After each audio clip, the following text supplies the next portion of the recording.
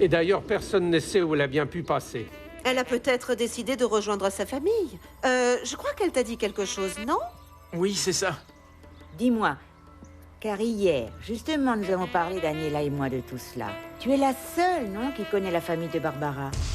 Ils habitent où? Qui sont-ils? Dis-moi. Mais toi aussi, tu les connais, Inès.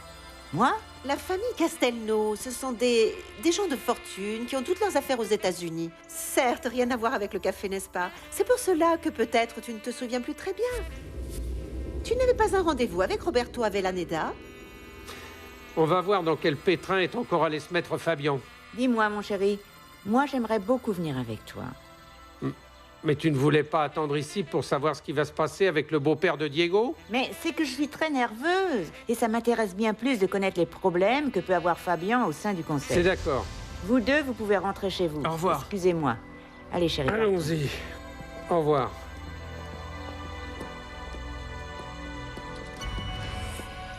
Ça commence à sentir le roussi, maman. Qu'est-ce qu'on va faire? Ah, stop, ça suffit, Bernardo, je t'en prie. Ce qu'il ne faut surtout pas faire pour l'instant, c'est s'énerver pour rien. Fabian est un imbécile. Et nous encore plus. Nous n'aurions jamais dû l'épauler. Et nous n'aurions jamais dû le laisser nous mêler à tout cela. Eh bien, on y est jusqu'au cou. Mais non. Car pour moi, c'est terminé. Et ne comptez pas sur moi. Et puis si Fabian doit couler, eh bien qu'il coule. Mais je ne vais certainement pas me taire, ok?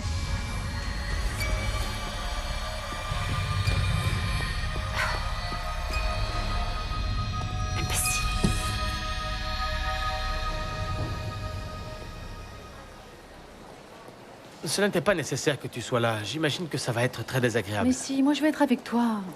Diego, Mais- j'arrive à temps. Genre, c'est ce que... Georges, pourquoi tu t'es levé? Tu n'es pas en condition. Je te l'ai déjà dit plusieurs fois, Diego. Ça, c'est quelque chose de personnel. Je vais être celui qui présentera Ricardo devant les autorités. Ah, mais dites-moi, vous allez bien? Le vol est arrivé. Ils arrivent. Ricardo Sandoval, nous avons en notre possession un mandat d'arrêt contre vous. C'est lui. Arrêtez-le! Non. Je vous en prie, Ricardo, non. Ne lui mettez pas les menottes. Il va vous accompagner, n'est-ce pas? À quoi ça va te servir de me faire mettre en prison? Parce que de toute manière, tu ne pourras jamais récupérer ton Oui, argent, ma fille. Diego! Hein? Où est ma fille? Elle est partie avec son amant ou vous ne le Oui. saviez pas? Oui, son amant. C'est vous la responsable de tout ça, n'est-ce pas? C'est bien vous qui avez détruit le couple de ma fille, c'est ça? Tu as pu te venger, Diego. Maintenant, avec cette bonne à rien, tu es vraiment content, c'est ça? Enfin, je Ne l'espère. soyez pas ridicule, Constanza! Vous savez parfaitement que vous n'êtes qu'une bande de voleurs! Qu'est-ce que tu as? Emmenez-le! Non, vous n'allez l'emmener nulle part. Espèce d'ingrat. Ricardo! Les droits humains! Mais où sont passés nos droits? Cette fois-ci, il est vraiment en retard. Oui, et ça me paraît vraiment bizarre, maman. Hier, il m'a dit qu'il m'attendrait ici. Au fait, et Fabian est au courant qu'on est là?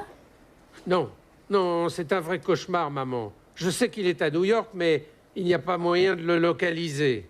Et il est sûrement avec la propre fille de Carlos Fontalvo.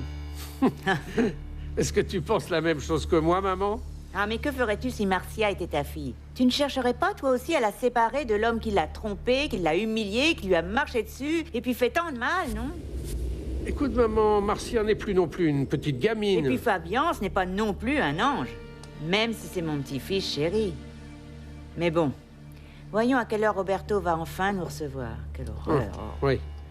Excusez-le, mais Monsieur Avellaneda a en ce moment une réunion vraiment très importante avec le conseiller juridique du conseil. Et il vous fait dire qu'il ne va pas pouvoir vous recevoir. Mais comment? Dites-lui que ça fait plus d'une demi-heure que nous l'attendons. Oui, il le sait bien, mais... Ah, partons d'ici, Jean-Francisco, et c'est vraiment d'une grossièreté. Dites-le lui, s'il vous plaît. Et qu'il m'appelle pour m'expliquer cela lui-même. Pardon. Ah, mon Dieu.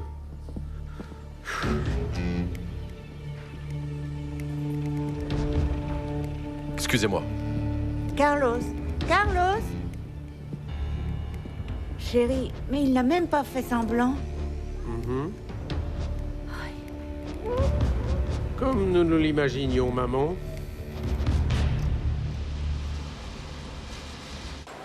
Votre nom complet? Ricardo Sandoval, il y est. Adresse? 95 rue de Lénine, quartier Polanco. Ils ne font que lui prendre ses coordonnées. Ils vont lui expliquer de quoi il est accusé. Calme-toi, d'accord? Et que va-t-il se passer ensuite? Et ils vont le mettre à la disposition du juge pour qu'il fasse sa déclaration.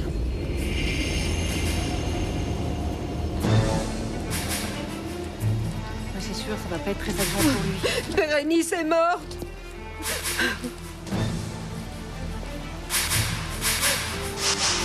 Elle est morte! Regarde ce que tu as fait de ma fille, espèce de salaud! Maudit sois-tu, tu l'as tué pour te marier avec cette garce, pauvre type! Assassin! Protégez-vous! Ricardo! Ils l'ont tué!